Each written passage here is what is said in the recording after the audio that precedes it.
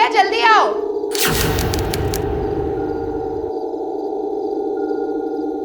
कहाँ चला गया ये लड़का आज?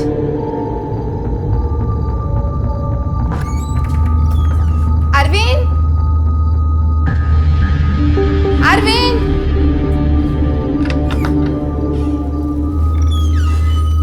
अरविंद, कहाँ चला गया? अरविंद, अरे क्या हुआ, क्यों चिल्ला रही हो हैं? अरे रोज एक आवाज में सोने चला आता है, आज पता नहीं कहाँ गया। अरविंद, अरे यहीं कहीं पे होगा। अरविंद, मैंने सारे कमरे ढूंढ लिए। रुको रुको, अरविंद, बेटा अरविंद, कहाँ चला गया होगा? अरविंद, अरे क्या हुआ, इतनी रात में काहे चिल्ला रहे हो? अरे देखा अरविंद को तूने? अरे हम क्यों भला अरविंद को देखेंगे? अरविंद, चलिए वहां देखते हैं। अरविंद बेटा, अरविंद, अरविंद, अरविंद, परेशान कर दिया इसने। अरविंद, जीजी, जीजी, जीजी, जीजी, जीजी जल्दी आओ। जीजी, क्या हुआ? हवा भारी है इसमें से, क्या हुआ? अरे मेरा बेटा, अरविंद, किसने क्या तेरे साथ ये बेटा? विष्णु भैया ने। विष्णु, अरे अरे अरे रुक जा। सुन, अगली बार तुम्हारे बेटे से ऐसी गलती हुई ना तो याद रखना, हमसे भी गलती से तुम्हारा बेटा मारा जाएगा। चल बेटा।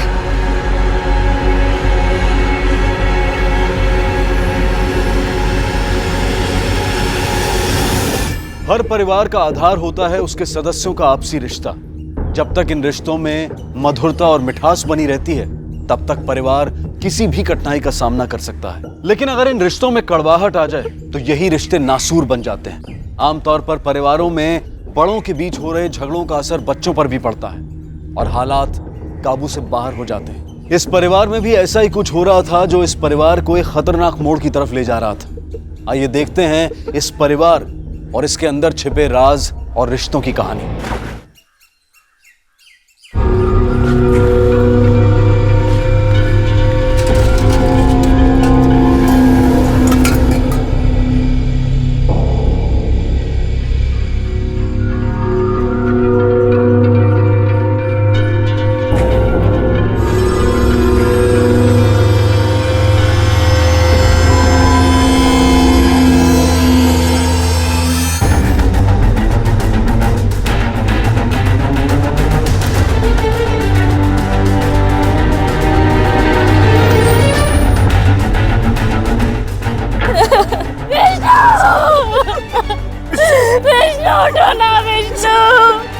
हट जाइए प्लीज। चलिए हटिए, हटो हटो।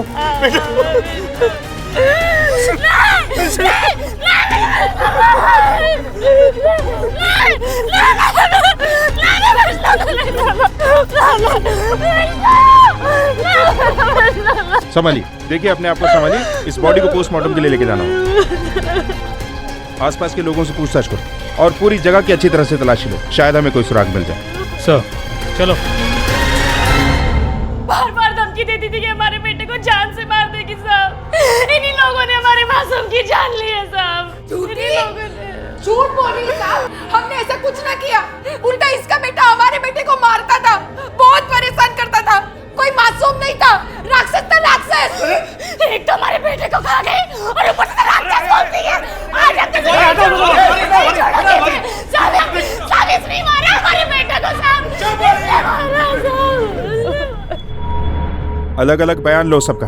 सर थोड़ा बहुत नहीं साहब, वो हमारे अरविंद को बहुत मारता था और उसे कुछ भी बोलो तो उसकी माँ झगड़ा करने चली आती थी। साहब पता नहीं उसे हमारे बच्चे से क्या परेशानी थी साहब, उसके पीछे पड़ी रहती थी साहब। अब आप ही बताओ ना कि घर में बच्चे होंगे तो थोड़ा मोड़ा झगड़ा तो होगा ही ना। कोई बचपना नहीं साहब, शैतान था वो लड़का। उस दिन तो उसने हमारे अरविंद को अनाज की कोठरी में बंद कर दिया था साहब। मरते मरते बचा है हमारा बच्चा। हाँ साहब, मानते हैं हमारा बेटा थोड़ा शरारती था, अब बच्चे शरारत नहीं करेंगे तो कौन करेगा साहब? उसका बेटा शरारत करता तो वो अंधी हो जाती है, उसे कुछ नहीं दिखाई देता, और मेरा बेटा शरारत करता है तो वो राक्षस हो जाता है साहब। आप बताओ, अगर उसे इतनी परेशानी थी तो क्यों अपने बेटे को हमारे बेटे के साथ स्कूल भेजती थी? बोलो ना साहब। हाँ साहब, अरविंद जाता था विष्णु के साथ स्कूल, लेकिन कुछ दिन पहले विष्णु ने अरविंद को बहुत मारा।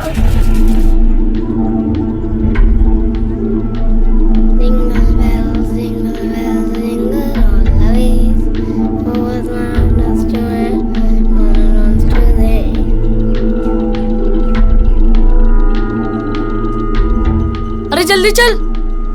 क्यों कर रहे हो? मैं अपने पापा से आपकी शिकायत करूंगा। अरे तू तो मेरा भाई है ना, शिकायत क्यों करेगा? अच्छा भाई है ना तू मेरा। चल चल चल, जल्दी जल्दी चल, बाबा से शिकायत नहीं करना। हाँ चल। मैं करूंगा। अच्छा भाई है मेरा। हमेशा मारता रहता है बेचारे को। अरे अरे क्या कर रही है? हाँ? संभालना नहीं आता तो पैदा क्यों करके रख दिया? हाँ? बित्ते भर का हुआ नहीं और गुंडे की तरह लड़ाई कर रहा है? गुंडा? अरे तेरा बेटा गुंडागर्दी करता है, ऊंट के जैसा लंबा हो गया लेकिन छोटे से बच्चे पे धौंस जमाता है। इतनी हिम्मत है तो अपने बराबर वालों के साथ जाके लड़े ना। बकवास मत कर, समझी? अपने आप को देख और अपने बच्चे को देख, उसके बाद मुझसे कुछ कहने तू आना। अपने आप को देख। आप अपने बेटे को सारे आगे संभालो। सारा घर का खर्चा हमारा पर ही चला। अभी भी थोड़ा आगे नहीं चाहिए। पागल हो गया नहीं आप। हम कुछ नहीं बात नहीं सुनती। हम कुछ पूरा नहीं बोल रहे हैं। अरे साहब ज्यादा मत बोलो, मेरी से बहुत हो गया। बहुत सुन लिया हमने आपकी। क्या समझती है अपने आप को? चलो गाड़ी। चलो चलो। सिर्फ नाम के बड़े भाई हो तुम। अरे ताला क्यों पड़ जाता है तुम्हारे मुंह पे अपने भाई के सामने? उसने तो अपने बच्चे को गुंडा बना ही दिया है। इतनी सी उम्र में हमें घर से बाहर निकालने की बात करता है। अरे हमारा भी तो बराबर का अधिकार है इस घर पे। मैं कह देती हूँ, अगली बार अगर उसने मेरे अरविंद पे हाथ उठाया ना तो अच्छा नहीं होगा। अरे अच्छा बाबा, पहले शांत हो जाओ, बात करता हूँ उनसे। हैं? शांत हो जाओ। जीजी सा कम करो। जीजी, विष्णु ने बहुत मारा है इसे, बहुत चोट लगी है। मैं दवाई लगा देती हूँ उसे, और कुछ खाया भी नहीं इसने। ए, ज्यादा प्यार दिखाने की जरूरत नहीं है। नौकरानी है, नौकरानी बन के रहे। माँ बनने की कोशिश मत कर, समझी? चल जा रसोई में अपना काम कर, जा। मेरा बच्चा, रो मत। कहाँ लगी तुझे? अरे चल, मैं तुझे दवा लगा देती हूँ। चल। तब से हमने उसे स्कूल जल्दी भेजना शुरू कर दिया। कितनी जल्दी? 1 घंटा पहले साहब। साहब आज वो स्कूल जल्दी निकल गया था। कितना जल्दी? करीबन साहब रोज से आधा घंटा पहले। देखिए, हमने बॉडी को पोस्टमार्टम के लिए भेज दिया। ये एक्सीडेंट है तो ठीक है, लेकिन अगर कोई और इसके लिए जिम्मेदार है तो वो हमारे हाथों से बचेगा। आप लोग जा सकते हैं।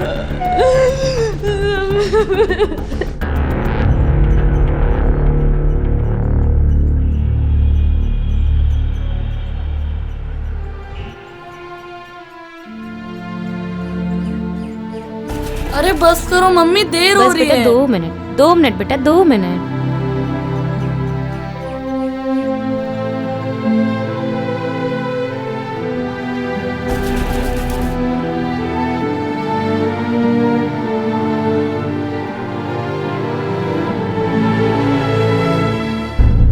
ये जो लड़का मर गया विष्णु, उसके बारे में क्या जानते हो? हाँ साहब, यहीं से वो रोज स्कूल जाया करता था अपने भाई के साथ में। हाँ, उसका बड़ा वाला भाई विष्णु जो था ना, उसको चाहे परेशान करता था। ऐसा लगता था भाई नहीं कसाई है वो कई बार क्या है उसके कपड़े उतार कर पेड़ों पर लटका दिया करता था, और ये हम सब गांव के लोग देखते थे, लेकिन आपस का मामला था इसलिए कुछ बोल नहीं सकते थे। अच्छा, आज सुबह तुमने उन दोनों या दोनों में से किसी एक को भी स्कूल जाते हुए देखा है? नहीं साहब, आज तो हमने नहीं देखा साहब। ठीक है, तुम जाओ, चलो।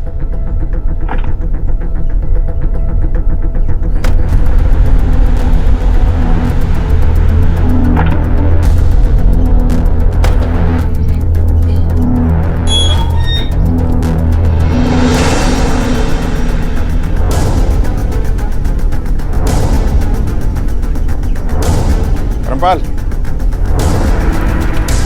साहब, हमें अरविंद से बात करनी। अभी? हाँ अभी। साहब, कल बात नहीं हो सकती? कल नहीं, अभी करनी है।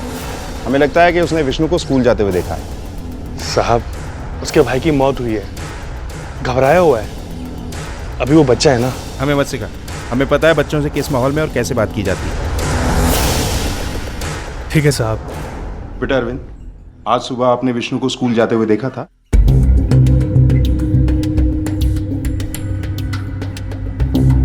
बताओ बेटा, देखा था आपने विष्णु को?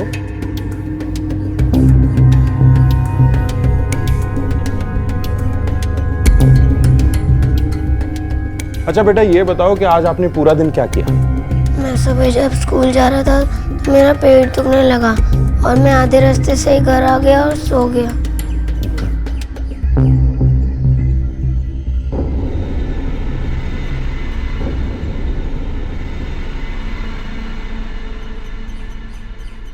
सर कुछ तो मसला है। माँ बाप ने इस बच्चे को सिखा पढ़ा के रखा है। मुझे लगता है कि या तो ये घबराया हुआ है या कुछ तो जानता है।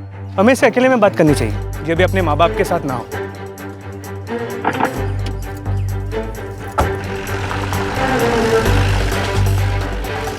देखो, दोनों भाई रहते एक ही घर में हैं लेकिन अलग अलग। ये तो हमें पता है कि इन दोनों के बीच में लड़ाई थी। अब इनके जानने वालों से ये पता करते हैं कि लड़ाई कितनी सीरियस थी। मुझे नहीं लगता ये कोई एक्सीडेंटल डेथ है। और जिस तरह से रेखा अपने जेठ जेठानी पे इल्जाम लगा रही है, दाल में जरूर कुछ काला है। पूरी तफ्तीश करो दोनों भाइयों और उनकी बीवियों की। कहीं ऐसा ना हो कि आपसी रंजिश में निशाना एक मासूम बच्चा बन जाए।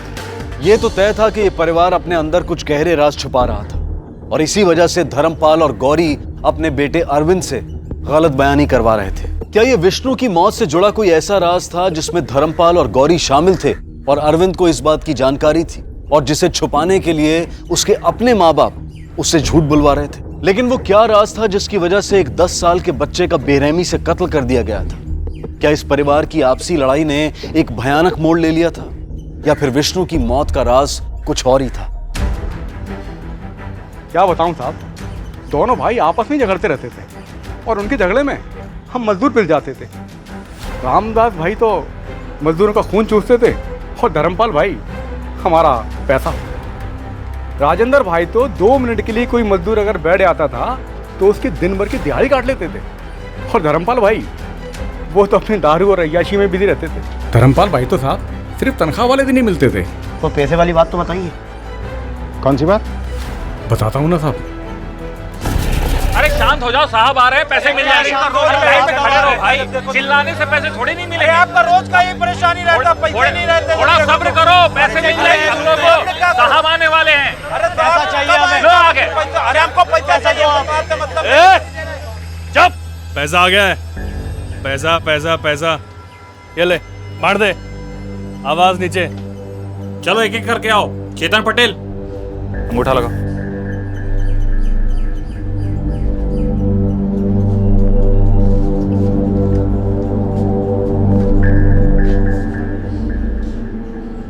रघुनाथ सिंह साहब, पैसे खत्म हो गए। दिमाग खराब मत कर। राजेंद्र ने जितने पैसे मुझे दिए मैंने तुझे लाके दिए। अब वो कम है या ज्यादा उससे पूछ। अरे क्या बात होती है? काम कराने के बाद पैसे नहीं दोगे क्या? ऐसा नहीं चलने वाला है। इस बार तो हम पैसे लेकर ही जाएंगे। हाँ, पैसे तो लेके जाएंगे। अरे शांत हो जा भाई, अरे शांत हो जाओ, सबको पैसे मिलेंगे। अरे मुझसे ही शायद गलती हो गई बैंक से पैसे लाने में। कुछ भी कीजिए, हमको पैसा चाहिए भैया। मैं खुद राजेंद्र भाई साहब के पास जाऊंगा। अरे हमें नहीं पता, पैसा चाहिए अभी। पैसा लेकर जाओ। मैं खुद राजेंद्र भाई साहब के पास जाऊंगा। पैसे चलिए बैठिए। अरे पैसा लेकर जाओ। मैं खुद जाऊंगा, मैं पैसे लेकर आऊंगा। अभी बात तो कर लेने दो। दीवान जी, ऐसा आप पे विश्वास करके हमें नहीं जाने दे रहे। नहीं तो ये दोनों भाई ये तो बिल्कुल किसी भी विश्वास के लायक नहीं है।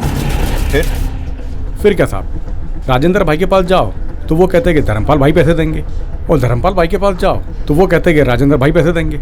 साहब चक्कर लगा लगा के एड़ियाँ गिर गई। कुछ लोगों के पैसे मिल गए और कुछ लोग गांव चले गए। गांव चले गए मतलब इस गांव के नहीं थे क्या? नहीं साहब, दोनों भाई बहुत चालाक हैं। जो यहाँ के लोकल मजदूर थे उनके तो पैसे दे दिए और जो बाहर के थे उनके रोक लिए। अब वो परिवार वाले थे, कब तक यहाँ रहते, इसलिए वो गांव चले गए। अच्छा, वो अकाउंटेंट मतलब वो मुनीम, वो कहाँ मिलेगा? साहब वो तो उस घटना के बाद से ही नौकरी छोड़ के चला गया था। सुना है कि मजदूरों ने उसको धमकी दी थी, तब से उसने यहाँ पे आना ही बंद कर दिया। चलो ठीक है। लड़ाई झगड़ा तब होता है साहब जब लोग बराबर के हो, और यहाँ तो जब भी लड़ाई हुई है हमेशा विष्णु के कारण ही हुई। वो ही हमेशा अरविंद को मारता पीटता था, परेशान करता था। अब आप ही बताइए साहब, ऐसे कौन से माँ बाप होंगे जो विष्णु के ऐसे बार बार करने पर उसको सबक नहीं सिखाना चाहेंगे? तो तुम्हारा मतलब है कि विष्णु को धर्मपाल या गौरी में से एक ने या दोनों ने मिलकर मारा है? मेरा वो मतलब नहीं था साहब। तो क्या मतलब है तुम्हारा? मार सकते हैं या नहीं, एक बात बोल। हमें नहीं मालूम साहब। मार भी सकते, नहीं भी मार सकते। सच्ची में साहब, हमको नहीं मालूम। चलो।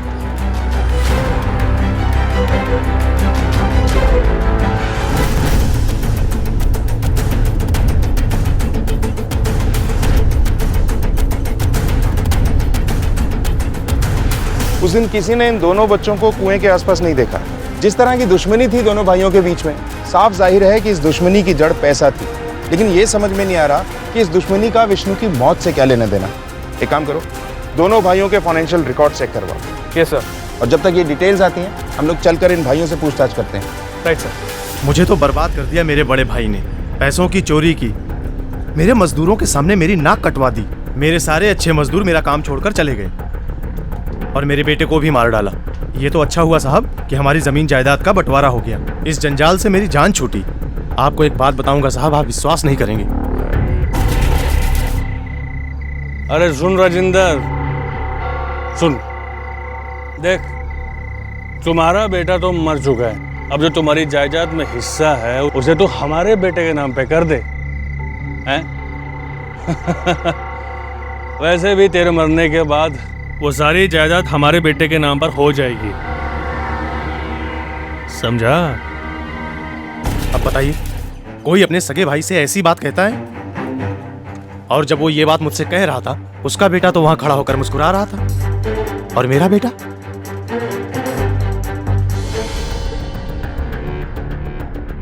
तो अब ये बता कि कैसे मारा विष्णु को? भगवान कसम साहब, हमने नहीं मारा।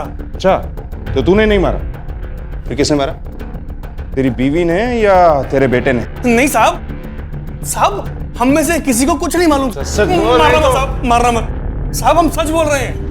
नहीं बेटा, तू घबरा मत, बाबा को कुछ नहीं होगा।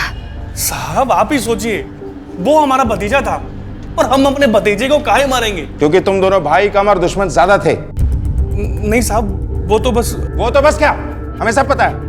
तूने उन पैसों में भी घपलत किया है जो राजेंद्र तुझे खेतों में काम कराने के लिए देता था। नहीं साहब, ये सच नहीं है साहब, वो हमको बदनाम कर रहा है। खुद उसने पैसे कम दिए, अब इल्जाम हम पे डाल रहा है। साहब आपको गलत फहमी हुई साहब। गलत फहमी? पुलिस को? सर एक काम करते हैं, इसे लॉकअप में डाल देते हैं, फिर इसकी ये गलत फहमी दूर हो जाएगी कि पुलिस को गलत फहमी है। माँ कसम साहब, हम कुछ नहीं जानते, हमने कुछ नहीं किया। कान खोल के सुन ले, हमें सब पता चल जाता है कि कब किसने क्या किया है। जाइए यहाँ से अब।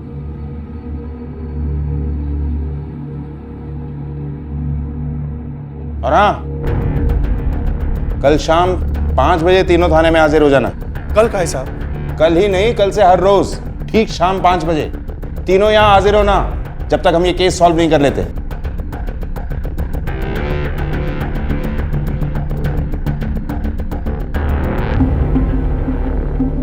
सर इस लड़के की मौत पानी में डूबने से नहीं हुई, क्योंकि इसके लंग्स में पानी बहुत कम था। इसका दाहिना कंधा टूटा हुआ है और इसके सर पर किसी भारी चीज से चोट पहुंचाई गई है, जिसकी वजह से इसकी मौत हो गई। बाद में इसे पानी में डुबा दिया गया है। डॉक्टर साहब, क्या ऐसा हो सकता है वो चोट जो इसके सर पे लगी, जिसकी वजह से इसकी मौत हुई, वो कुएं की किसी दीवार से टकराने से या पानी के नीचे किसी पत्थर से टकराने से लगी है? नहीं, अगर इसका शरीर कुएं की किसी दीवार से टकराया होता तो इसके शरीर पर कहीं ना कहीं खरोच का निशान होता, लेकिन इसके पूरे शरीर पर कहीं भी कोई खरोच का निशान नहीं। और पानी के अंदर ये किसी चीज से इतनी जोर से टकराए, ये पॉसिबल नहीं है, क्योंकि पानी ऑलरेडी उसकी स्पीड को तोड़ देगा। वो तो इसके सर पर किसी भारी चीज से चोट पहुंची है, जिसकी वजह से इसकी मौत हुई है। Thank you doctor.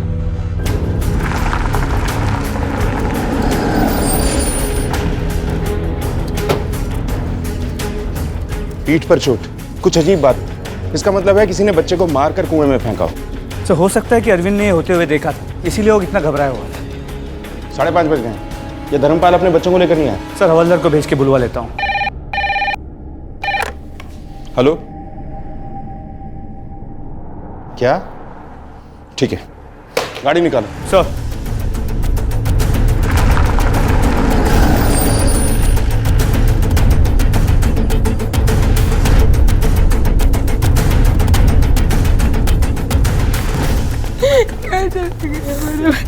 क्या समझ रखा हम लोगों को? खड़े हो, कहानी सुनाएगा हमें? तेरा बच्चा खो गया है, झूठ बोलता है। नहीं साहब, हमारा अरविंद खो गया है, सब जगह ढूंढ लिया, कहीं नहीं मिल रहा। बोल, कहाँ छुपा के रखा अपने बेटे को? बोल। माँ कसम साहब, हम सच बोल रहे हैं साहब, हमको कुछ नहीं मालूम। साहब हम अपने बेटे को क्यों छुपाएंगे? क्योंकि उसने ऐसा कुछ देख लिया था जिसका ताल्लुक विष्णु की मौत से था, और तुम लोग हमसे वो छुपा रहे हो। नहीं साहब, ये सच नहीं है साहब, हम सच बोल रहे हैं। हमारा बेटा सच में खो गया साहब, मेहरबानी करके हमारा हाँ साहब, हमारे अरविंद को ढूंढ दीजिए, आपकी बहुत मेहरबानी होगी।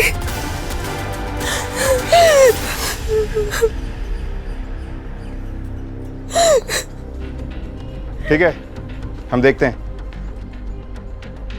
ये सविता से जानकारी हासिल करो, शायद इसे कुछ पता है। मैं उधर देखता हूँ। सर, आप ज़रा यहाँ आएंगे? सच में साहब, हमें कुछ नहीं पता साहब। हम तो वैसे भी दूर रहते हैं। हमारा तो बेटा चला गया, अब उसके बेटे को गायब करने से हमारा बेटा वापस तो नहीं आने वाला ना साहब। साहब, हमारे भाई से झगड़ा जरूर है, लेकिन हम लोग ऐसा कुछ सोच भी नहीं सकते हैं। और साहब, अरविंद तो हमारे भी बेटे जैसा है ना। हम तो बस भगवान से यही प्रार्थना करेंगे कि वो जहाँ भी हो ठीक हो और जल्दी मिल जाए बस। जी साहब।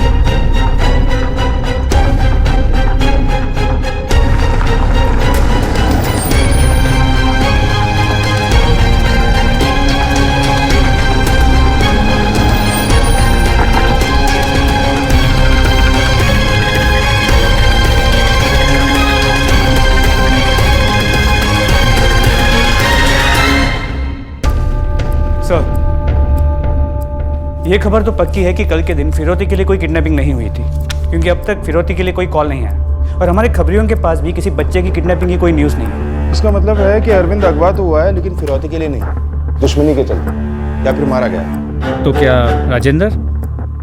हो भी सकता है और नहीं भी हो सकता। एक संभावना तो यह है कि धर्मपाल को फिरौती की खबर आ गई थी और उसने किसी डर से हमें नहीं बताया, और दूसरी ये कि इस परिवार से किसी की दुश्मनी है जिसके चलते वो इस घर के बच्चों को नुकसान पहुंचा रहा है। वजह चाहे जो भी हो, इसकी जड़ तक पहुंचने के लिए हमें दोनों भाइयों पर नजर रखनी पड़ेगी। क्या अरविंद के गायब होने के पीछे उसके दिल में दफन वो राज था जो उसने पुलिस के सामने नहीं खोला था? और अगर ऐसा था तो ये राज निश्चित तौर पर विष्णु की मौत से जुड़ा था। या कहीं ऐसा तो नहीं था कि इस गुनाह का जिम्मेदार कोई और था जो इस परिवार के बच्चों को नुकसान पहुंचाना चाह रहा था? लेकिन अगर ये सच था तो इसकी वजह क्या थी? पुलिस के लिए केस अब एक रहस्य बनता जा रहा था।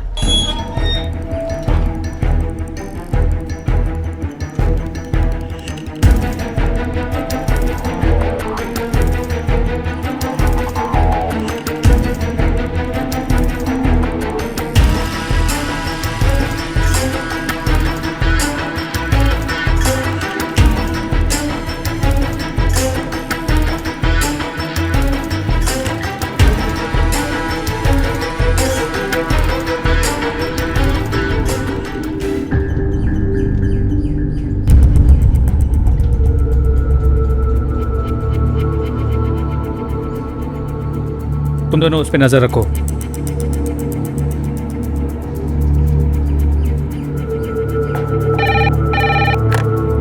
हेलो सर, धर्मपाल ने अभी अभी बैंक से 2 लाख रुपए कैश निकाले। इससे पहले भी कई बार उसने बड़ी रकम विड्रॉ की है सर। इतनी बड़ी रकम? हो सकता है फिरौती के लिए हो। पीछा करो उसका। तो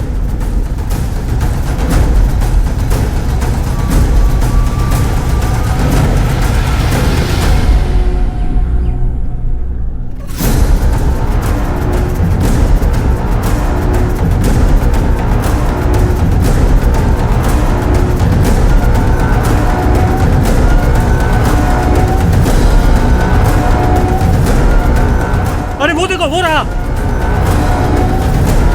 रुक रुक, हिम्मत, चल चल। अरे अभी मैंने किया, अरे बताओ हमें किसने किया, बताओ हमें किसने किया।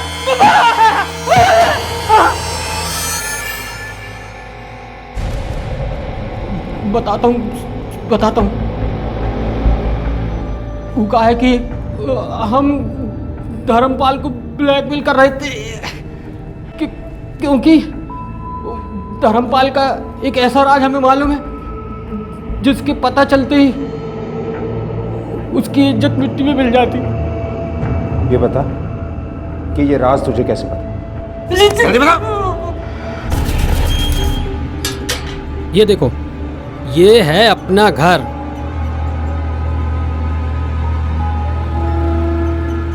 अब जैसा भी है, लेकिन रहने लायक छत तो है। आओ बैठो बैठो, मैं तुम्हें इस घर में बहुत खुश रखूंगा, बिल्कुल रानी बना के। तुम बेकार में परेशान होती हो। अरे आज हमारी शादी हुई है, खुश रहो, ठीक है? बताओ कहाँ छुपा के रखा उसे? साहब हमने अगवा नहीं किया, सविता ने किया है।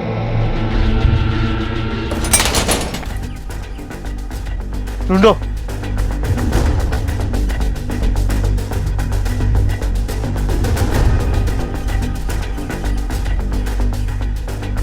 लगता है भाग गई यहाँ से। चलो। हेलो, सविता के फोटोज को आसपास के सभी पुलिस स्टेशन में सर्कुलेट करवाओ। सारे रेलवे स्टेशन और बस स्टैंड पे खास नज़र रखो, प्राइवेट बस स्टैंड पर भी। हाँ हम आ रहे हैं, वहीं आ रहे हैं, तुम लोग रुको।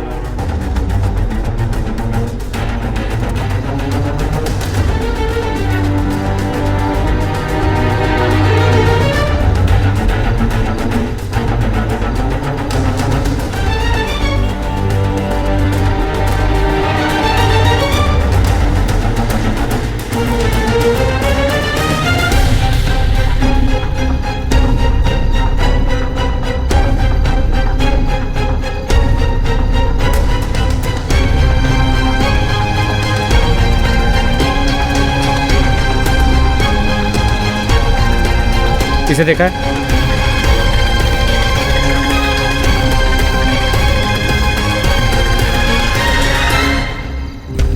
टिकट देना एक, चल जल्दी।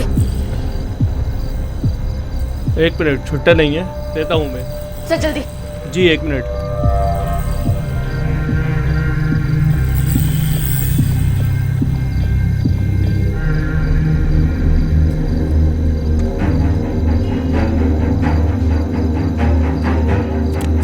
रुक रुक,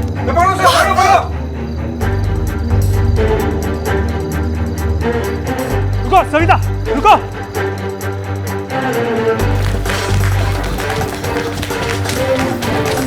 रुको।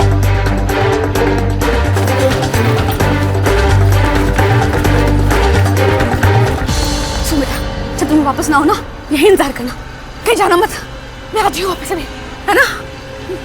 यहीं रुकना।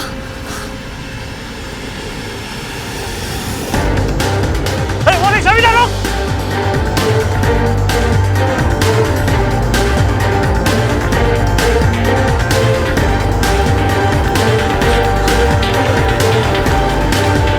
रुक रुक रुक। ये कहानी शुरू हुई थी, मुझे काम पे रख लो साहब, बड़ी मेहरबानी होगी। मेरे घर खाने को भी नहीं है, बस अब आप ही का सहारा है। मैंने काम ढूंढने की कोशिश करी, पर कहीं कोई काम नहीं मिला। सोचा आप लोग तो मेरे अपने हो, आप तो साथ दोगे ना, इसलिए यहाँ चली आई।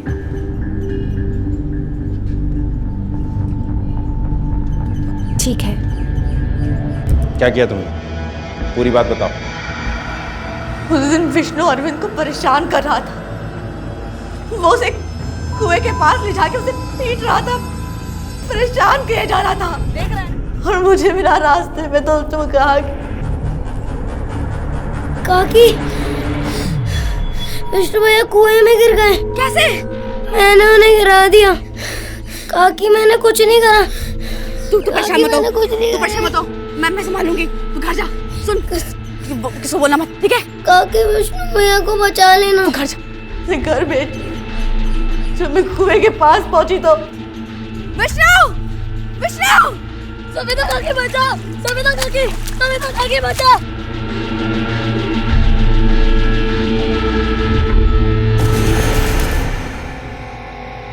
क्यों मारा तुमने विष्णु? राक्षस था साहब, राक्षस। और उसकी माँ कुछ नहीं करती थी, नाम की माँ थी ना साहब। उसकी माँ तो मैं थी, मैं उसकी माँ थी। अरे मेरा बेटा, किसने किया तेरे साथ ये बेटा? विष्णु भैया ने। विष्णु! हाँ साहब, मैं ही अरविंद की माँ हूँ।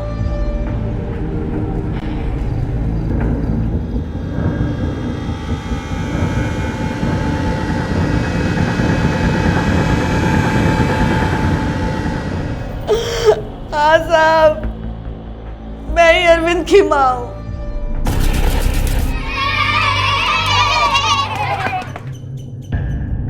एक लाख है, रख ले।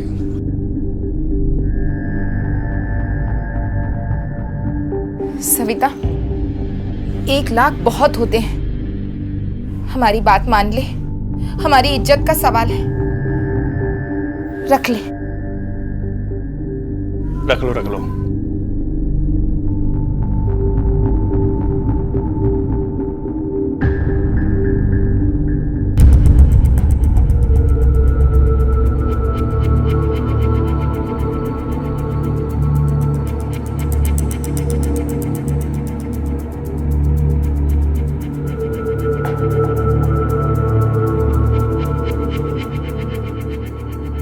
ओ मेरा बच्चा, आजा आजा माँ के पास।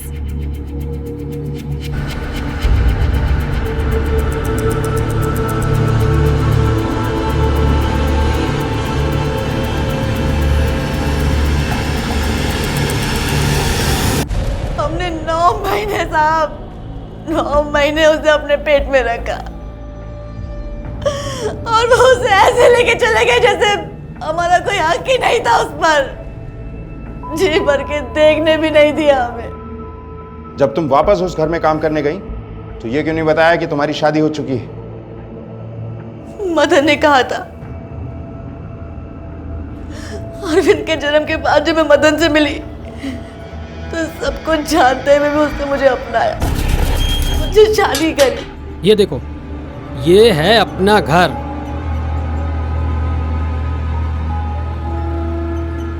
अब जैसा भी है, लेकिन रहने लायक छत तो है। आओ बैठो बैठो, मैं तुम्हें इस घर में बहुत खुश रखूंगा, बिल्कुल रानी बना के।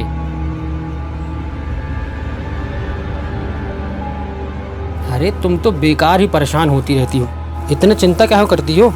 वो तुम्हारा बच्चा है ना, और तुम्हारा बच्चा हमारा बच्चा, और फिर मैं तो हूं ना तुम्हारे साथ। उन लोगों ने मुझे 2 लाख रुपए दिए थे और पहले ही कह दिया था कि मेरा बच्चे पे कोई हक नहीं रहेगा। तो क्या हुआ? सिर्फ पैसा दे देने से कुछ होता है क्या? कानून भी कोई चीज होती है कि नहीं? वो तो ठीक है, पर हम गरीब लोग हैं, ये कोर्ट कचहरी के चक्कर। तुम्हें इस सब की चिंता करने की कोई जरूरत नहीं, वो मैं हूं ना, मैं सब देख लूंगा। बस तुम वही करना जो मैं कहूँ, समझी? हमारा बच्चा हमें मिल जाएगा, तुम बेकार में परेशान होती हो। अरे आज हमारी शादी हुई है, खुश रहो, ठीक है? फिर मैं उस घर में काम मांगने गई साहब, और फिर अरविंद मेरे आंखों के सामने ही रहने लगा। फिर तुम दोनों ने उसके माँ बाप से पैसे ऐंठना शुरू कर दिया। कैसे पैसे साहब? हमने कोई पैसे नहीं लिए। मदन ने हमें सब कुछ बता दिया है सविता।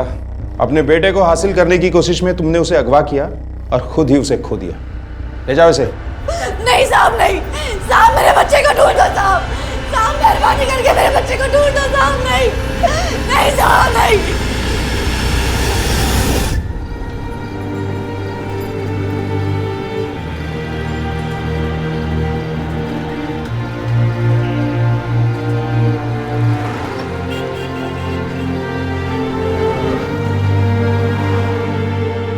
पुलिस अब भी अरविंद की तलाश में लगी है। सविता की अरविंद को सुरक्षित और खुश देखने की चाह ने उसे एक ऐसी जगह पर लाकर खड़ा कर दिया था जिसका उसे कोई अंदाजा भी नहीं था। सविता को कत्ल और अपहरण के जुर्म में आईपीसी की धारा 302 और 365 के तहत आजीवन कारावास की सजा सुनाई गई और मदन को ब्लैकमेलिंग के लिए धारा 383 के तहत 3 साल की सजा हुई है। धर्मपाल और गौरी ने एक कोक किराए पर ली थी और सिर्फ इसलिए क्योंकि उन्हें अपनी इज्जत मिट्टी में मिल जाने का डर था। हमारे देश के कानून में ऐसे कई प्रावधान हैं जिनके जरिए एक जोड़ा किसी बच्चे को गोद ले सकता है, या फिर सरोगेसी यानी कि किराए की कोख के सहारे बच्चा पा सकता है। लेकिन अगर कोई जोड़ा समाज और जग हसाई के डर से बच्चा पाने की चाहत में कानूनी रास्ता न लेकर गैर कानूनी तरीकों का इस्तेमाल करता है तो वो अनजाने में ही जुर्म की दुनिया में शामिल हो जाता है और असामाजिक तत्वों का शिकार भी हो सकता है। ऐसा ही कुछ धर्मपाल और गौरी के साथ भी हुआ। एक बच्चे के माँ बाप बनना हर पति पत्नी का सपना होता है, लेकिन इस सपने को पूरा करने के लिए गैर कानूनी तरीका अख्तियार करना पूरे परिवार के लिए घातक साबित हो सकता है। इसलिए जो भी पति पत्नी स्वाभाविक तरीकों से बच्चा ना पा सकें, उन्हें अपने सपनों को पूरा करने के लिए कानूनी तरीकों का ही इस्तेमाल करना चाहिए। मुंबई जैसे बड़े शहरों में सबकी आंखों में एक बड़ा सपना है और पांव में जिम्मेदारी की बेड़ियां भी। इंसान की जिंदगी सपनों और जिम्मेदारियों के बीच में फंसी हुई है। सपने आगे जाना चाहते हैं और जिम्मेदारियां पीछे खींचती। कुछ लोग इस सब के बावजूद जिंदगी में सामंजस्य बना लेते हैं और खुश रहते हैं, लेकिन जो लोग इस संतुलन को बनाए रखने में असफल रहते हैं वो अक्सर जाने अनजाने में जुर्म को दावत दे बैठते हैं। आज हम ऐसा ही रूह को कचोटने वाला एक केस लेकर आए हैं जहां सपनों की जगह मजबूरी ने ले ली। ये केस हमें सीख देते हुए एहसास कराता है कि जीवन की लड़ाई में हार के कदम किसी ऐसी राह पर न पड़ जाएं कि जिसकी दूसरी तरफ कोई अनहोनी हमारा इंतजार कर रही है।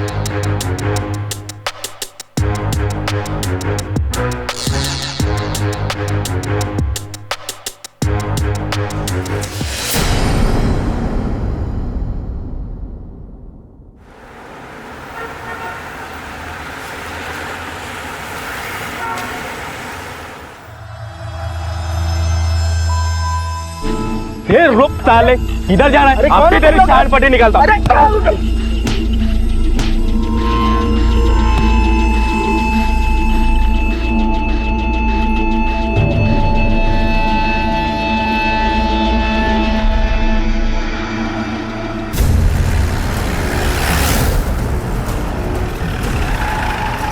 हटो।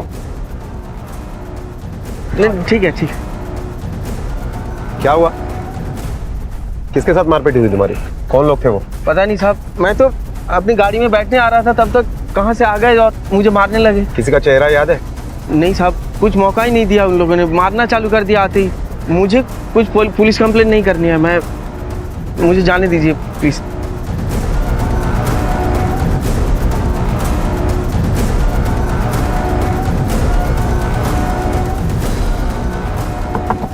नीचे करो। ये कार्ड आपका है? जी मेरा है।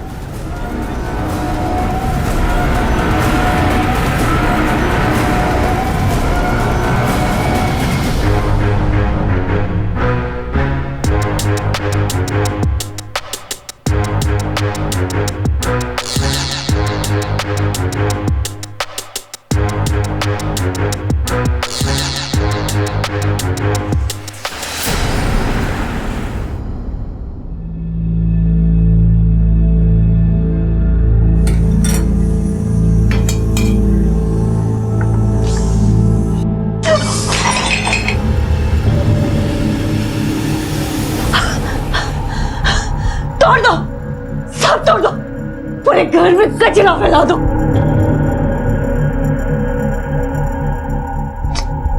ताई, दे मुझे, मैं करती हूँ, नहीं तो तू काम के लिए लेट हो जाएगी। चुप। अच्छा चल ठीक है। जब तक तो रो रही थी इस घर में, पूरे घर का तमाशा बना के रख दिया। एक काम ढंग से नहीं होता इन लोगों से। हाँ, एक काम ढंग से नहीं होता। आई पागल हो गई मैं, पागल बना दी। आई पागल बना दी। शांत हो। तू कहाँ जाने की जल्दी में? हाँ, पैरों में घुंघरू बांधने में देर हो रही है, कमर मटकाने से फुर्सत नहीं है। हाँ, न खुद का ध्यान है न घर का ध्यान है। आई, कमर मटकाने के लिए नहीं, स्टार बनने के लिए देर हो जाएगी। अच्छा सुन, मैंने घर का सारा काम कर दिया है और तेरे लिए खाना भी बना कर रखा है, ठीक है? तू प्रीतिला सांग तीतुला दे, ठीक है? हाँ, और खाने से पहले ये दवाई ले लेना, मैं यहाँ रख रही हूँ, याद से ले लेना, ठीक है ना? मुझे ऑफिस के लिए लेट हो रहा है, मैं तो उससे शाम में मिलती हूँ। जब देखो हवा की तरह आती जाती रहती, न किसी चीज का ध्यान है न खुद का ध्यान है। अरे इतनी चिंता मत कर, मैं तो उससे शाम में मिलती हूँ, ठीक है? तू अपना ख्याल रख।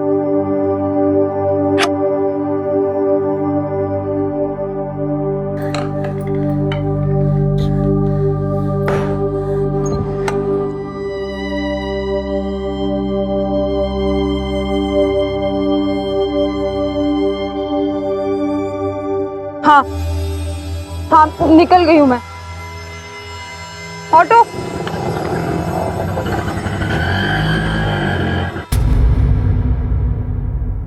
नीचे उतर, इधर आओ। तुम लोग को मना किया था ना इधर आने के लिए, तुम लोग अपने मोहल्ले में क्यों नहीं खेलते हो? चलो भागो यहाँ से।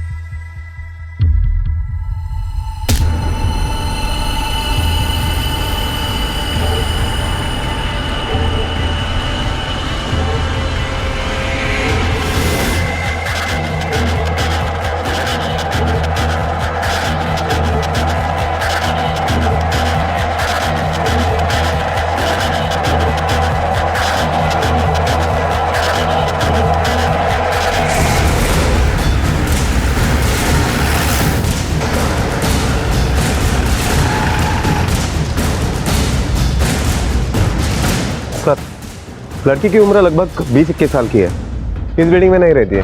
बॉडी की पहचान हुई? सर, अब तक कुछ पता नहीं चला और वॉचमैन का कहना है कि ना ही उसने इस लड़की को अंदर आते हुए देखा और ना ही वो इससे पहचानता है। सर, लड़की के हाथ पर एक टैटू बना हुआ है, शायद उससे कुछ हेल्प हो सकती है। साहब, मैं 1 मिनट के लिए पेशाब करने के लिए गया था, तभी ये अंदर गई होगी, इसलिए मैं उसे देख नहीं पाया। उस लड़की ने छलांग लगाया, कहाँ था तू? यहीं था साहब। वो बाजू के बस्ती के बच्चे यहाँ पे शरारत करने के लिए आते हैं, इसलिए मैं उनको भगाने गया था। सावन, दोनों मेन गेट और लिफ्ट का सीसीटीवी फुटेज ले लो। सॉरी सर, मेन गेट का सीसीटीवी काम नहीं कर रहा है। क्यों? सर 3 बार ठीक करवा चुके हैं, आधा घंटा चलता है, बंद पड़ जाता है। फिर मैंने सोचा छोड़ दो इसे, और वॉचमैन तो है ही। तुम लोग की यही सोच, छोड़ दो इसे, हमें क्या फर्क पड़ता है, अपराध को बढ़ावा देती है। अपनी जिम्मेदारी कब समझोगे तुम लोग? आज के आज इसे ठीक करवा लो। हाँ, ये लड़की इस बिल्डिंग के रहने वाली नहीं थी, इसके बावजूद टेरेस तक पहुंच गई। यही सेफ्टी है तुम लोगों की। और टेरेस का दरवाजा क्या हमेशा खुला रहता है? हाँ सर।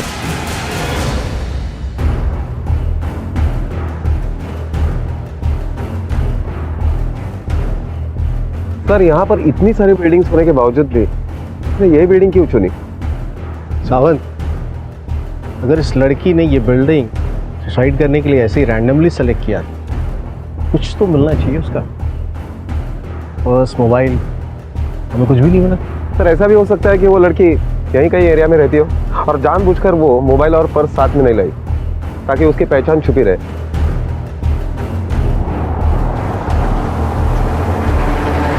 सर, नीचे एक रिक्शा वाला है, कुछ बताना चाहता है। हाँ सर, यही थी, इसको मैंने इधर छोड़ा था। कितने देर पहले छोड़ा उसको? यही कहीं 20 मिनट हो गया सर छोड़ते उसको। कहाँ से बैठी थी? जोगेश्वरी स्टेशन से सर। कहाँ के लिए? इधर कहीं आशीर्वाद बिल्डिंग करके बोली थी वो। उसके पास में सामान वामान था? Mobile, purse? सामान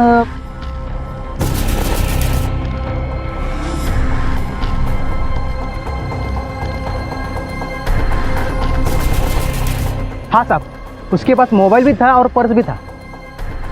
सर, इसका मतलब वो इसी बिल्डिंग में आना चाहती थी, ऐसे ही रैंडमली छुपकर नहीं घुसी थी वो यहाँ पर। सावत, पूरे चांसेस है कि इसने सुसाइड नहीं किया। वो यहाँ किसी से मिलने के लिए आई, तो वही उसे टेरेस पर लेकर गया था। उसे पता था कि टेरेस का दरवाजा खुला है। धक्का देने के बाद उसका पर्स और मोबाइल लेके भाग गया होगा ताकि उसकी पहचान ना हो सके। वो इसी बिल्डिंग में है। एक काम करो, हर फ्लैट में जाओ, सबसे पूछो किससे मिलने के लिए आई।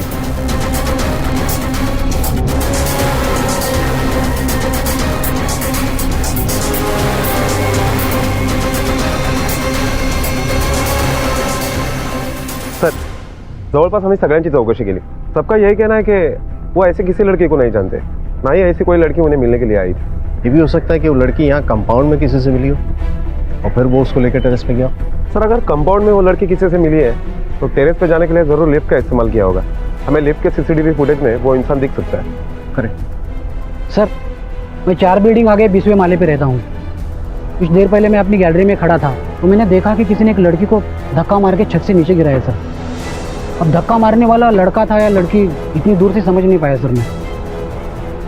ये तो कंफर्म हो गया, सुसाइड ही मर्डर है।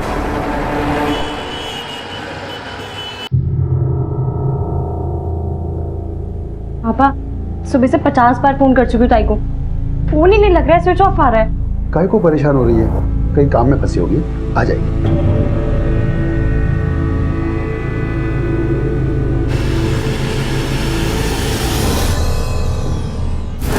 आई ए, चल रही मेंटल, जास्ती बकवास मत कर, चल दे दे, लग जाएगी। मार डाला तुम लोगों ने उसे, हाँ? और अब नाटक कर रहे हो, सब जानती हूँ मैं। तुम लोगों ने उसे मारा है, मार दिया ना? दे दे, छोड़। नहीं छोड़ूंगी, मार डालूंगी। तुम सबने मेरी बच्ची को मारा है, मैं तुम्हें मार डालूंगी। कुछ नहीं होगा, पूनम को आ जाएगी।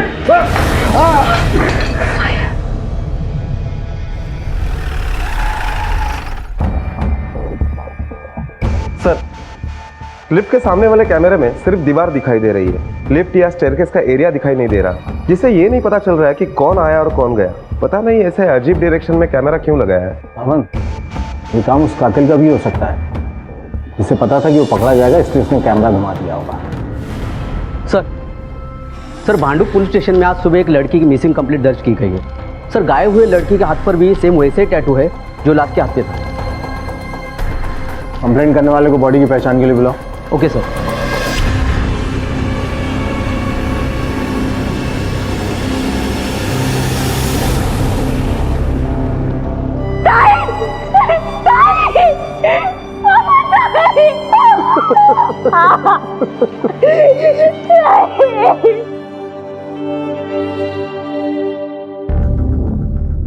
साहब, पूनम की रात को पैदा हुई थी मेरी बेटी।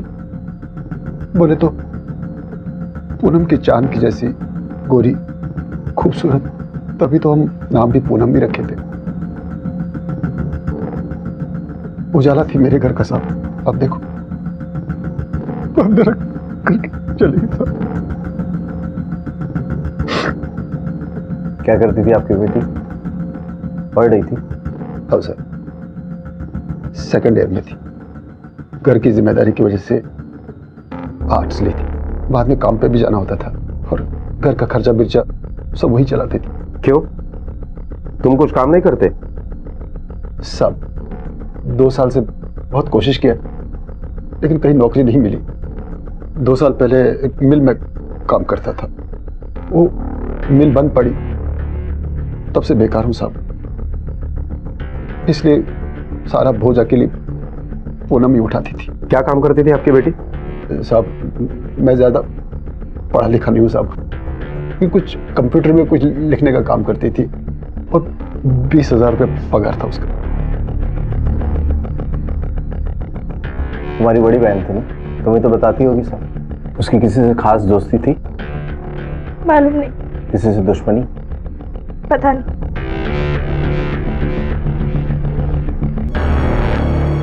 ये दरवाजा क्यों बंद रहता है?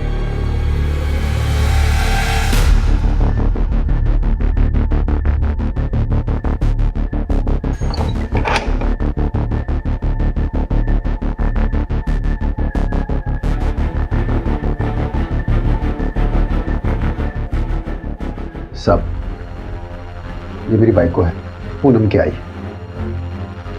दिमाग से थोड़ा हिली है, बहुत साल से ऐसी है, कंट्रोल से बाहर जाती है तो हम लोग इसको यहाँ बंद करके रखते हैं। ऐसा कोई है जो आपकी बेटी को मारना चाहेगा? उसका कोई बॉयफ्रेंड या? ये सब फालतू काम के लिए उसके पास टाइम किधर को था। घर की जिम्मेदारी, पढ़ाई, फिर नौकरी, इन सब से तो फुर्सत नहीं मिलती थी उसको। आशीर्वाद बिल्डिंग कैसे मिलने गई होगी? नहीं मालूम साहब, वो जास्ती बताती नहीं थी और हम लोग भी ज्यादा उसको टोकते नहीं थे साहब। तुम्हें तो पता होगा। मालूम नहीं। क्या मालूम नहीं? मालूम नहीं ताई थी तेरी। बहनें तो एक दूसरे का दुख सुख जानती है, जब भी मुंह खोलती है मालूम नहीं मालूम नहीं। ऐसे क्यों चिल्ला रहे हैं उस पे? सिर्फ आप नहीं, उसने भी अपनी बहन खोई है।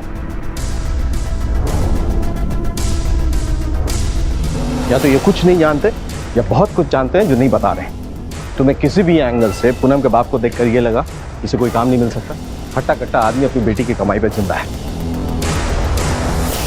कुछ तो गड़बड़ है साथ में। पता नहीं पूनम ने अपनी सारी जिम्मेदारियां खुद उठाई थी या कोई मजबूरी। मैं तो शाम में मिलती हूँ, ठीक है? तू अपना ख्याल रख। सर, पूनम के मोबाइल का लास्ट लोकेशन जोगेश्वरी आ रहा है, जहां उसका फोन ऑफ हुआ था। कातिल ने उसका मर्डर करने के बाद उसका फोन स्विच ऑफ किया और कहीं फेंक दिया। सर, संतोष बोराटे नाम के आदमी ने पूनम को कई बार फोन किया था। हालांकि जिस दिन कत्ल हुआ उस दिन भी सुबह 9 बजे के करीब उसका ही सबसे आखिरी कॉल था पूनम के मोबाइल पर। ये उसका बॉयफ्रेंड भी हो सकता है।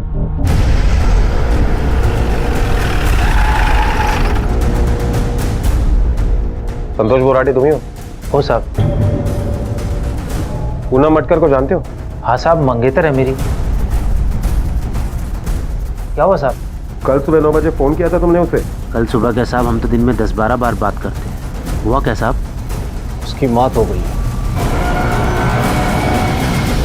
तुम्हारा कोई झगड़ा हुआ था क्या उससे? कहे को साहब, अब तो एक दूसरे से बहुत प्यार करते थे, मस्त चल रहा था। अभी कुछ ही दिनों में हमारी शादी होने वाली थी। तुम कह रहे हो कि तुम उसके मंगेतर हो, लेकिन कल जब हम उसके घर पे गए थे तो तुम वहां नहीं थे, क्यों? कैसे होता साहब, उसके परिवार वाले मेरे को बताया नहीं कि पूनम। और उसके पापा ने तो तुम्हारा कोई जिक्र नहीं किया था। ये लव मैरिज था क्या? नहीं साहब, अरेंज मैरिज था। कुछ टाइम पहले तो हमारा रिश्ता ही हुआ था। पूनम इसको थोड़ा आगे बढ़ा रही थी, उसको अपनी पढ़ाई पूरी करनी थी, और उसके परिवार वालों से मेरी ना ज़्यादा बात होती थी ना ज़्यादा मिलना जुलना। कल सुबह कहाँ थे?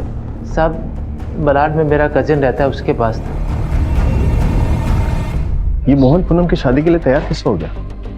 इकलौती घर में कमाने वाली थी, शादी कर देता तो भूखों मर। सबसे पहले संतोष के बयान की सच्चाई की जांच करो तुम। Okay sir.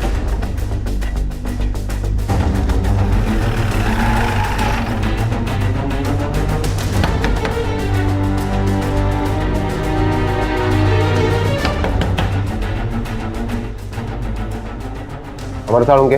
हाँ साहब, मैं ही हूँ। संतोष बोराटे को जानते हो? हाँ जानता हूँ साहब। कल सुबह तुम्हारे घर पर आया था वो? हाँ साहब, इंडिया ऑस्ट्रेलिया की मैच थी, वो देखने के लिए आया था। पूरी मैच देखी? हाँ साहब। कोहली ने सेंचुरी बनाई? कोहली ने किधर साहब, सेंचुरी तो अजिंक्य ने बनाई थी। ये पूनम मटकर को जानते हो? हाँ साहब, संतोष के मंगेतर है। जोगेश्वरी में आशीर्वाद बिल्डिंग में कौन रहता है तुम्हारा? आशीर्वाद बिल्डिंग? ये तो मैंने पहली बार नाम सुना है साहब। साहब, क्या हुआ वो तो बताओ साहब। संतोष पूनम का मंगेतर था? हाँ साहब। तो ये बात कल हमने जब पूछी तब क्यों नहीं बताई? साहब, आप बॉयफ्रेंड के बारे में पूछे थे, मंगेतर के बारे में किधर पूछे? आप पूछे होते तो मैं बता देता। बाप बेटी का कत्ल नहीं कर सकता क्योंकि मकसद नहीं है, बल्कि जिंदा रखने का मकसद है। वो अकेली घर में कमाने वाली थी, वो गई तो इनकी भूखमरी शुरू। सर, संतोष के पास झगड़ा करने का तो मकसद है, लेकिन मारने का नहीं। अगर है भी तो कत्ल के वक्त वो अमर के साथ मलाड में मैच देख रहा था, ये साबित हो चुका है। अगर ये दोनों नहीं है तो तीसरा कौन है? उसे पूनम को मारा। सर, ये पूनम मटकर की पोस्टमार्टम रिपोर्ट आई है। पूनम 2 महीने की प्रेग्नेंट थी। कहीं यही वजह तो नहीं इस मर्डर? नहीं साहब, मैं नहीं मानता आपकी इस रिपोर्ट को। मेरी बेटी ऐसी वैसी लड़की नहीं थी साहब। प्रेग्नेंट होने का मतलब ये नहीं है कि आपकी बेटी ऐसी वैसी थी। मुद्दा ये है कि उसको इस हाल में छोड़कर गायब कौन हुआ। अब आप ये बताइए कि संतोष के अलावा उसके जिंदगी में और कोई था? साहब, मैं बोलता हूँ ऐसा नहीं हो सकता है। अगर आपकी रिपोर्ट सही है तो ये संतोष ही होगा साहब जिसने ये किया है।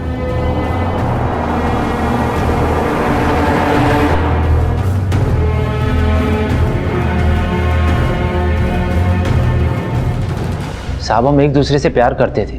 वो मेरे लिए टाइम पास नहीं थी, मेरे को उसके साथ शादी मनाने का था। हाँ साहब, हमारे बीच में फिजिकल रिलेशन था, लेकिन हम सेफ्टी से चलते थे। साहब, उसका प्रेग्नेंट होना पॉसिबल ही नहीं है। पिछले 6 महीने से तो वो इतना बिजी थी कि हमारा मिलना मुश्किल था। साहब, वो मेरे को कभी बताया नहीं कि वो प्रेग्नेंट है। बताया था या नहीं हम पता करवा लेंगे। हमें बस तुम्हारा डीएनए सैंपल चाहिए। लो ना साहब, डरे वो जो झूठ बोले, मेरे को काहे का डर। दादा उछल मत जा। तेरा डीएनए सैंपल अगर उस बच्चे के सैंपल से नहीं मिला ना तो तेरी पूरी पॉसिबिलिटी बन जाएगी उसका मर्डर करने की। साहब, मैंने कुछ किया नहीं तो मैं डरूं काहे को। आप चाहे तो मेरा मोबाइल का लोकेशन चेक कर लीजिए। तुझे बहुत जानकारी पुलिस क्या क्या चेक करती है? कहीं यही जानकारी तूने इस मर्डर के लिए इस्तेमाल तो नहीं की? बेटा, टेक्नोलॉजी अभी आई है। पुलिस के पास ऐसे 1000 रास्ते होते हैं अंधेरे में से कातिल का गिरबान पकड़ के बाहर निकालने के। समझा? सर, संतोष सच बोला है, उसका डीएनए मैच नहीं हुआ और कॉल रिकॉर्ड और मोबाइल लोकेशन टावर के हिसाब से उस दिन वो अमर के ही घर पर था, मलाड में। इसका मतलब है कि पूनम की जिंदगी में संतोष के अलावा भी कोई आदमी। ये गुमनाम आदमी कौन था? सावंत, तुम पूनम के ऑफिस में जाके पूछताछ करो और मैं तब तक उसके घर का जायजा लेता हूँ। कहाँ है पूनम? कहाँ है? बोलो। कहाँ है मेरी बेटी? बोल। कहाँ गए तुम लोग उसको? तुम लोग उसको कहाँ गए? आई मत ना आई। बोल कहाँ है? कहाँ है? आई वो ताई उस कमरे में हो। उस कमरे में? हाँ वहाँ है उस कमरे में। पूनम, पूनम, पूनम, पूनम, दरवाजा खोलो। खोल दरवाजा। झूठ बोले मुझसे तो। झूठ बोले मेरे को। मुझे पूनम के पास जाने। कितने सपने देखी थी तू? स्टार बनेगी, डांस शो में जाएगी, मुझे ऐसे छोड़ के क्यों चली गई? पर अच्छा ही हुआ तू चली गई। इस सड़क से मुक्ति तो मिली तुझे। तू जिधर भी होगी ना, इधर से तो खुश होएगी तू।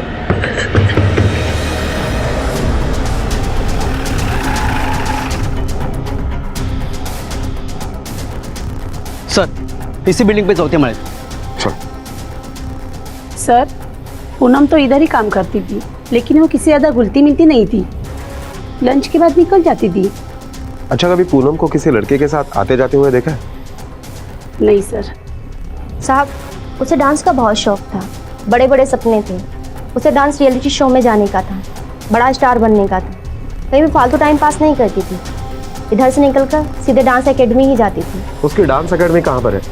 कुछ नाम याद है उसका? सर सही से तो नहीं पता, लेकिन जोगेश्वरी में तनु या मनु करके कोई डांस एकेडमी है।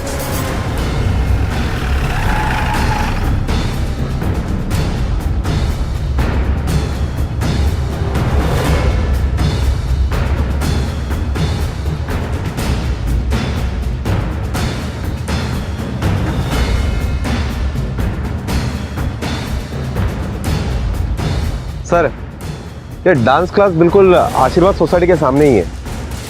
Okay sir.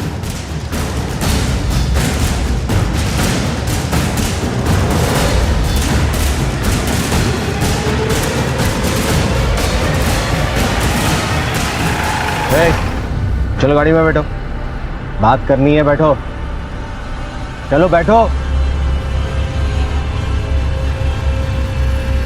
चलो। हमारी बेटी तनुजा एक एक्ट्रेस थी और कमाल की डांसर भी। डांस उसका जुनून था, पर 7 साल पहले एक एक्सीडेंट में उसकी मौत हो गई। बस उसकी याद में उसका नाम और शौक जिंदा रखने के लिए हम ये तनु डांस एकेडमी चलाते हैं। बाजू के रूम में ही उसकी क्लासेस चलती हैं। 3 तारीख को पूनम एब्सेंट थी, वो क्लास में आई थी और दिन मंगलवार था। मंगलवार को वो क्लास नहीं आती है। अगर मंगलवार के दिन उसकी क्लास नहीं थी तो वो यहाँ क्या कर रही थी? पता नहीं सर, हमने सुना था कि सामने की बिल्डिंग से किसी लड़की ने कूदकर सुसाइड कर लिया है। अब वो पूनम थी ये मालूम नहीं था।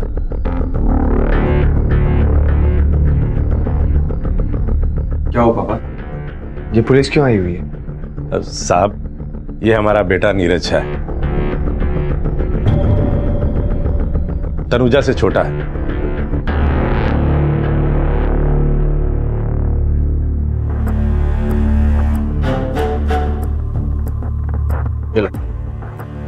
लो पियो पियो।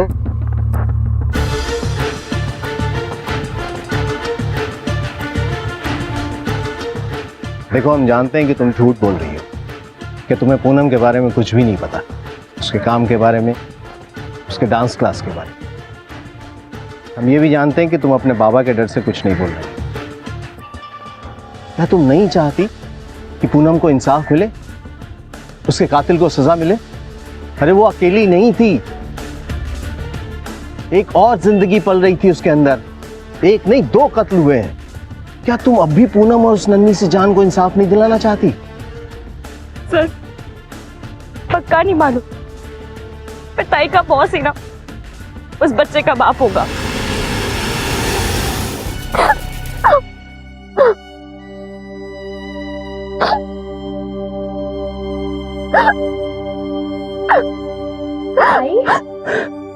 भाई क्यों रो क्यों रही है?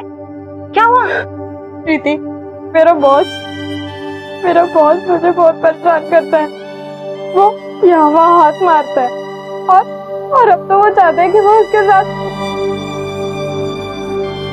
मैंने उसके साथ अगर सोने से मना किया तो मुझे जॉब से निकाल देगा।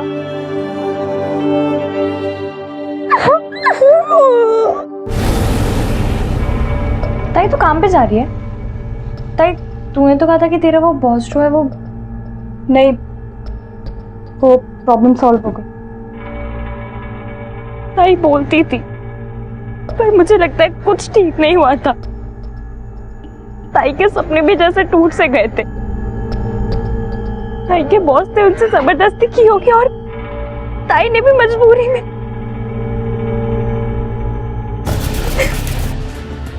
वो ही उस बच्चे का बाप होगा सर।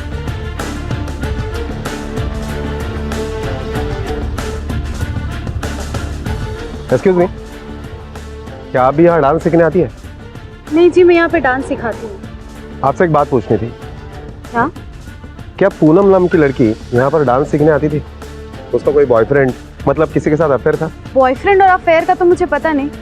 हाँ, लेकिन ओनर का जो बेटा था नीरज, उसके साथ उनकी काफी बातें होती थी और जब भी हम जाते थे उनके पास वो चुप हो जाते थे, साथ में ही आते जाते थे। ओके, थैंक यू, आप जा सकती हैं। सब आपको जिसने जो कुछ भी बताया सब झूठ बताया साहब। सर मैं क्यों किसी 2 टके के एम्प्लॉय के साथ अफेयर करूंगा? सर इज्जतदार शादीशुदा आदमी हूं मैं। वो मेरी डांस एकेडमी की स्टूडेंट से ज्यादा मेरे लिए और कुछ नहीं थी। झूठ बोल रही है उसकी बहन। मेरे यहाँ इतने लोग काम करते हैं, आप चाहे तो किसी से पूछ सकते हैं। Sir neat and clean image का आदमी हूं मैं। एक लड़का लड़की का भी दोस्त नहीं हो सकता क्या? साहब आपको गलत फहमी।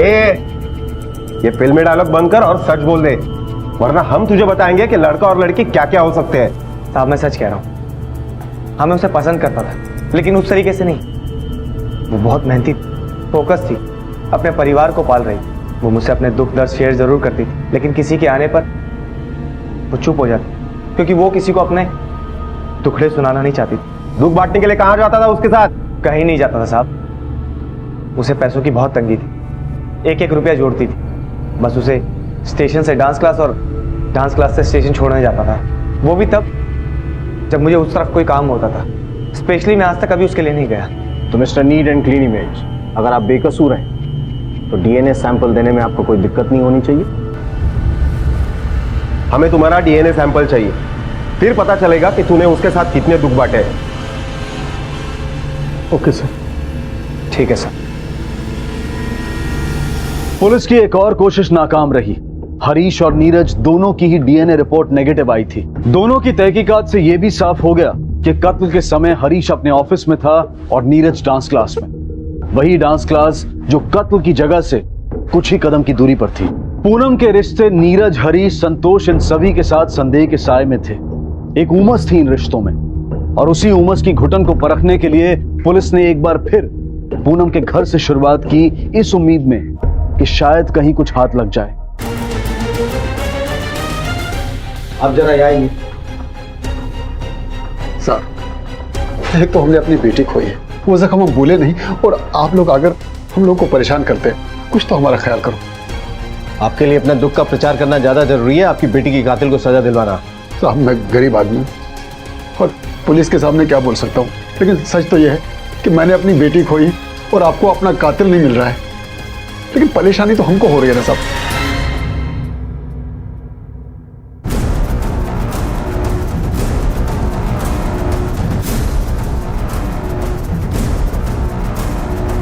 सर, ये कार्ड मिला है। सर मैंने पहले भी ऐसे कार्ड देखा था, वो आशीर्वाद बिल्डिंग के पास। एक आदमी के साथ मारपीट हुई थी सर। उसने अपने सवालों का ठीक तरह से जवाब नहीं दिया था और उसने ये भी कहा था कि मुझे पुलिस कंप्लेंट नहीं करवानी। मंसूर, एक काम करो, उस आदमी का नाम और एड्रेस ढूंढो। Okay sir.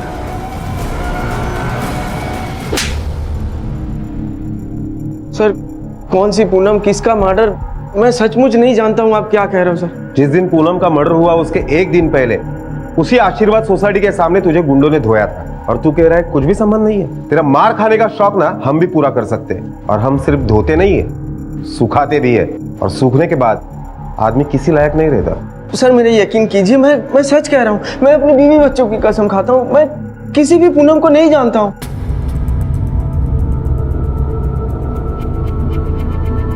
ये पूनम है, अब बोल, कभी नहीं देखा इसे?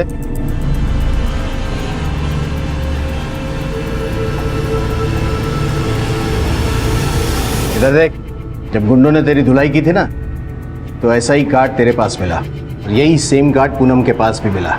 अब बता, क्या संबंध है तेरे, पूनम और इस कार्ड के बीच में? बोल। देख, इससे पहले कि ये बेल्ट में तेरे शरीर पे चाप दूं, मान जा। देख, अब तेरी बारी है ये दिखाने की कि तू अपनी आई से और बाबा से कितना प्यार करती है। बाबा करती हूँ ना, बहुत प्यार करती हूँ, पर इसलिए मैं पुलिस को कुछ नहीं बताई। प्लीज बाबा। नहीं मानेगी? नहीं बाबा, बाबा।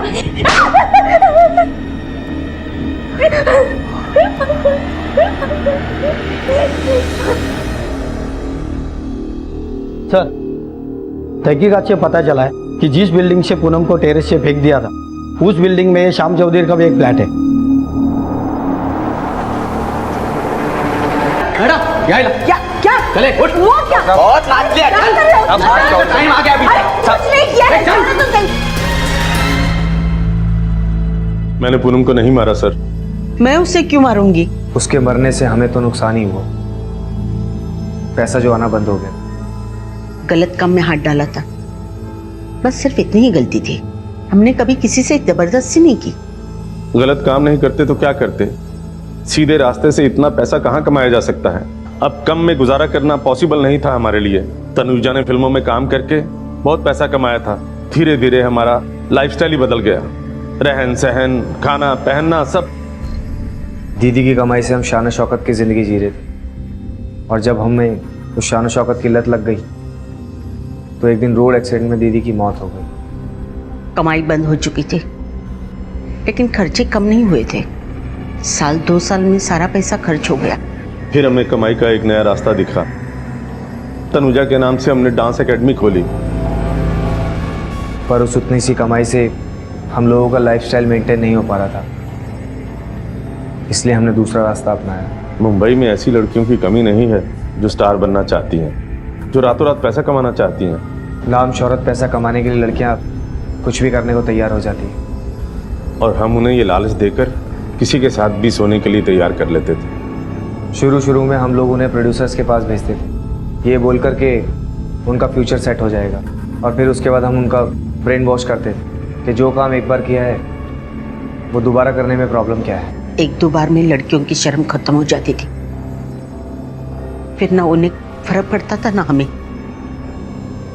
बस फिर नोट गिनते थे। मैं अंधेरी, जुहू और बांद्रा के पॉश इलाकों में आने जाने वाली गाड़ियों में लोगों को कार्ड बांटता। लड़की चाहिए तो कॉल कर।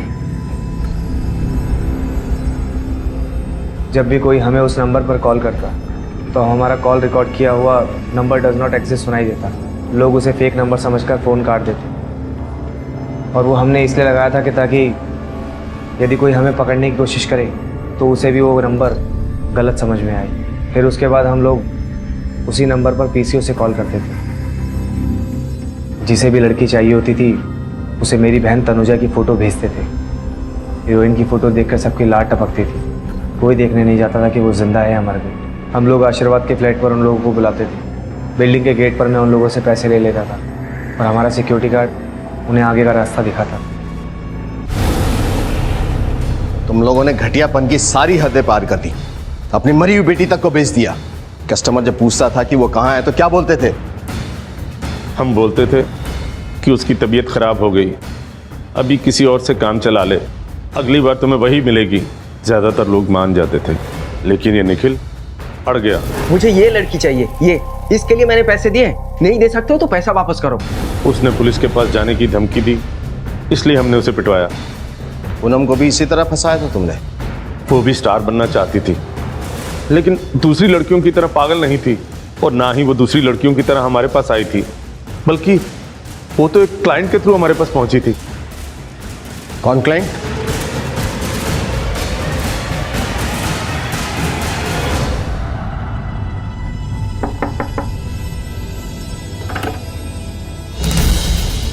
क्या हुआ साहब? क्या अरे साहब क्या हुआ साहब?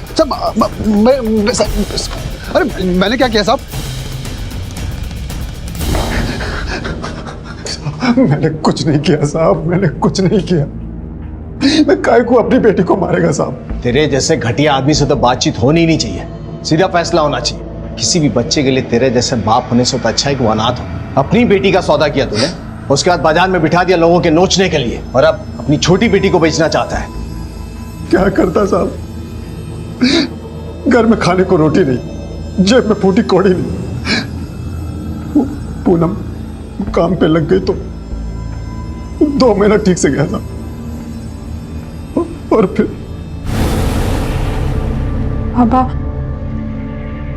पापा मेरे को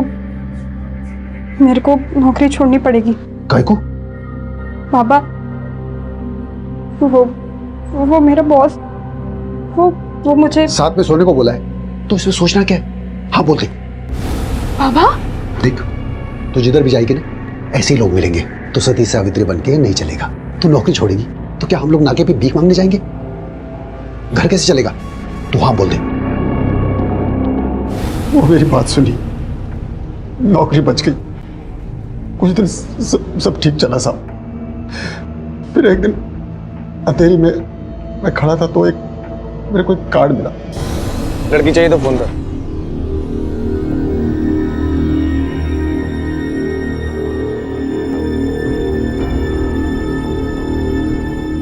पैसा लाया क्या? साहब मेरे को लड़की नहीं चाहिए। तो फिर क्या करने आया यहाँ? मेरे पास लड़की है तुम्हारे काम की।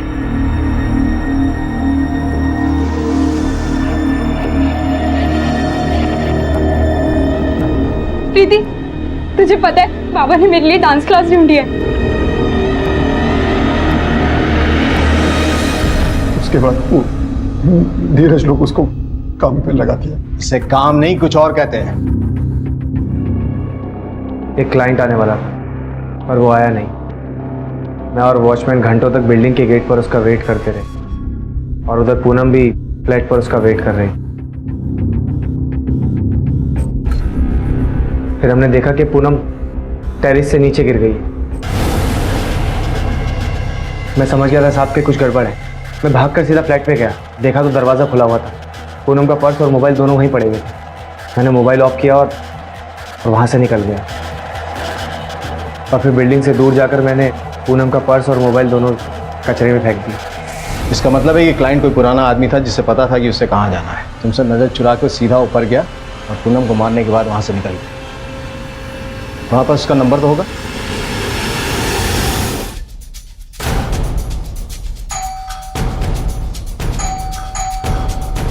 सावंत,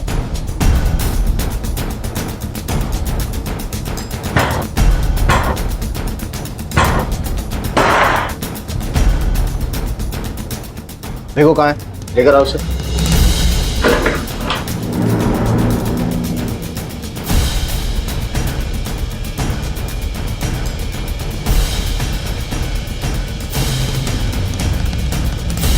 सर,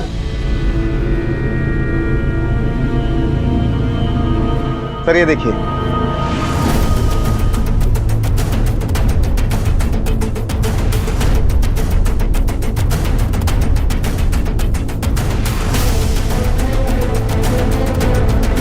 संतोष,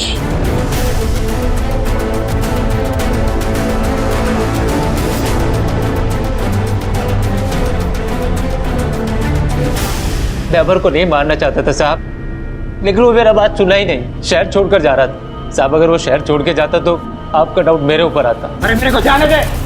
रुक नहीं, तू नहीं जाएगा, तू समझ ना, तू इधर से नहीं जाएगा रे अमर।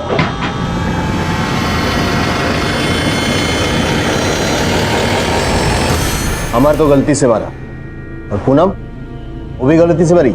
उसको मैं ही मारा साहब। क्यों मारा? साहब अमर को कॉलगर्ल के पास जाने की लत थी। ऐसे ही वो एक दिन पूनम को मिला। पता नहीं मुझे ऐसा क्यों लग रहा है, इससे पहले मैंने तुझे कहीं देखा है। देखा होएगा। काम हो गया ना तेरा, अब जा जल्दी यहाँ से।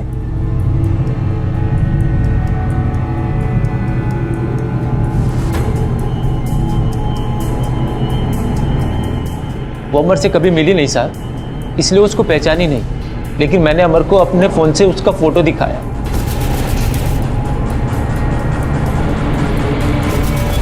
साहब मैं एकदम पागल जैसा हो गया था।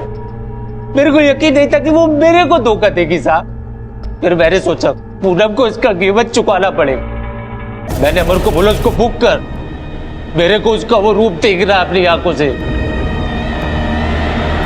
साहब मैं 3 तारीख को आशीर्वाद बिल्डिंग के बाहर गया। चाची उधर से वॉचमैन अंदर गया, मैं सीधा बिल्डिंग के अंदर गया, अमर के बताए हुए फ्लैट की तरफ। पूरे रास्ते साहब मैं यही सोचता रहा कि उधर पूनम ना हो। जैसे मैं उधर पहुंचा और घंटी बजाई, दरवाजा खोला तो